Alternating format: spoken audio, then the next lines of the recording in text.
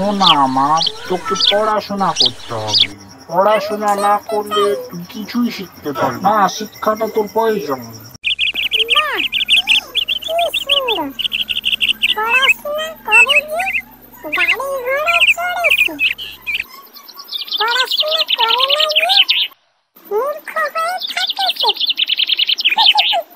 খুব ভালো তো, খুব ভালো হয়েছে এটা। বাবা, আমি তোমার সঙ্গে কাজ করতে চাই। আমি কাজ করতে গেলে আমি উঠতে পারবো, আমি খেলতে পারবো, আমি ঘুরতে পারবো। ওই দেখ পিঁপড়েরা কিভাবে ঘর বানাচ্ছে, দেখেছিস? ওরা ওদের প্রথমে ঘর বানায়, তারপর ওরা একসাথে খাবার সংগ্রহ করতে যায়।